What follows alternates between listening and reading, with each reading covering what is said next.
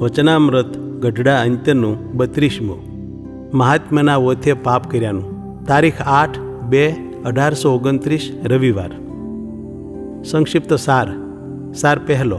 આહાર વિહાર નિયમમાં કરી ઇન્દ્રિયો જીતીને નવધા ભક્તિમાં પ્રીતિ રાખે તો યુવા અવસ્થામાં સત્સંગ પાર પડે છે. સાર બીજો. પ્રત્યક્ષ શ્રીહરિ અનંત કોટી બ્રહ્માંડના રાજાધિરાજ સર્વનિયંતા દિવ્ય સાકાર મૂર્તિ છે એમ ભગવાનનો મહિમા સમજવાની રીત છે. સાર ત્રીજો. ભગવાનની આજ્ઞાને કાળ અને બ્રહ્માદિ દેવો પણ નિરંતર પાળે છે એમ મહિમા વિચારીને ધર્મ મર્યાદાનું પાલન કરવું. પણ મહિમાની ઓથ લઈ જે પાપ કરે તે દુષ્ટ અને પાપી છે. સ્વામિનારાયણ હરે, સ્વામિનારાયણ હરે.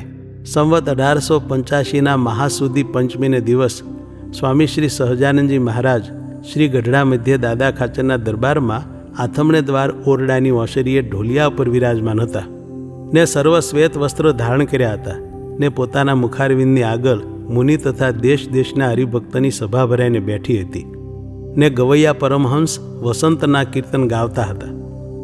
પછી શ્રીજી મહારાજે મુક્તાનંદ સ્વામી આદિક સાધુને કહ્યું જે વિષયા વિનિવર્તન્તે નિરાહારસ્ય દેહિનઃ, અર્થ ઇન્દ્રિયોના વિષયરૂપ આહારનો ત્યાગ કરનાર ભક્તના વિષયો છૂટી જાય છે. એ શ્લોકનો અર્થ કરો.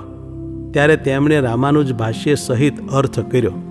ત્યાર પછી શ્રીજી મહારાજ બોલ્યા જે એનો તો અમે એમ નિશ્ચય કર્યો છે જે યુવા અવસ્થા જેને હોય તેને આહાર ક્ષીણ કરવો ને યુક્તાહાર વિહાર પણ રહેવું ને આહાર ક્ષીણ થાય ત્યારે દેહનું બળ ક્ષીણ થાય અને ત્યારે જ ઇન્દ્રિયો જીતાય.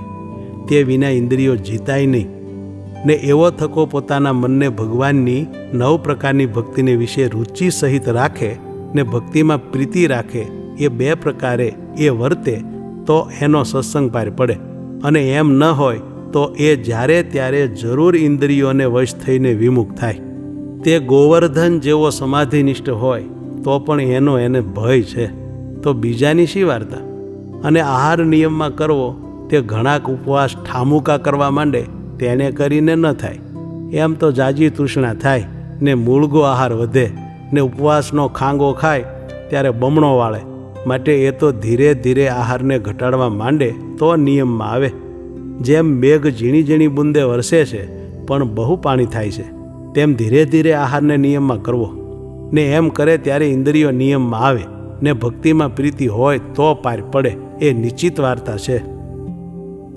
અને વળી શ્રીજી મહારાજે એમ વાર્તા કરી જે ભગવાનનો જે સાચો ભક્ત હોય તેને ભગવાનનું મહાત્મ્ય સમજાની કેવી રીતિ છે.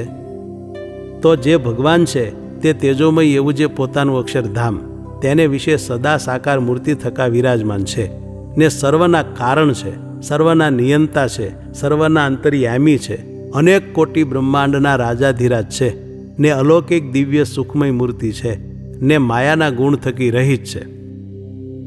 એવી રીતે પ્રત્યક્ષ ભગવાનને જાણીને તે ભગવાન વિના જે બીજા સર્વે માયિક પદાર્થ માત્ર તેને અતિશય તુચ્છ ને નાશવંત સમજે ને એક ભગવાનને વિશેષ પ્રીતિ કરે ને 9 પ્રકારની ભક્તિને કરે અને વળી એમ સમજે જે એવા અતિશય મોટા જે ભગવાન તેની મર્યાદાને વિશે કાળ, માયા, બ્રહ્મા, શિવ, સૂર્ય, ચંદ્રમા ઇત્યાદિ સર્વે સમર્થ છે તે પણ નિરંતર વર્તે છે એવું જાણીને તે ભગવાને બાંધી જે ધર્મ મર્યાદા તેને વિશે તે ભગવાનની પ્રસન્નતાને અર્થે પોતે નિરંતર વર્તે.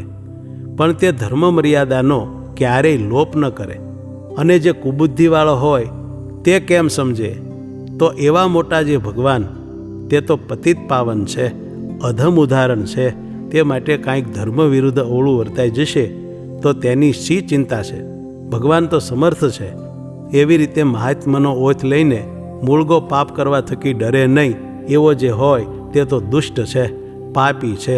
ને એવી સમજણવાળો હોય ને તે ઉપરથી ભક્ત જેવો જણાતો હોય તો પણ તેને ભક્ત ન જાણવો ને તેનો સંગ ક્યારેય ન કરવો. અને ભક્ત તો પ્રથમ કહી તેવી રીતની સમજણવાળાને જ જાણવો ને તેનો જ સંગ કરવો. ઇતિ વચનામૃતમ ગઢડા અંત્યનું 32મું થયું.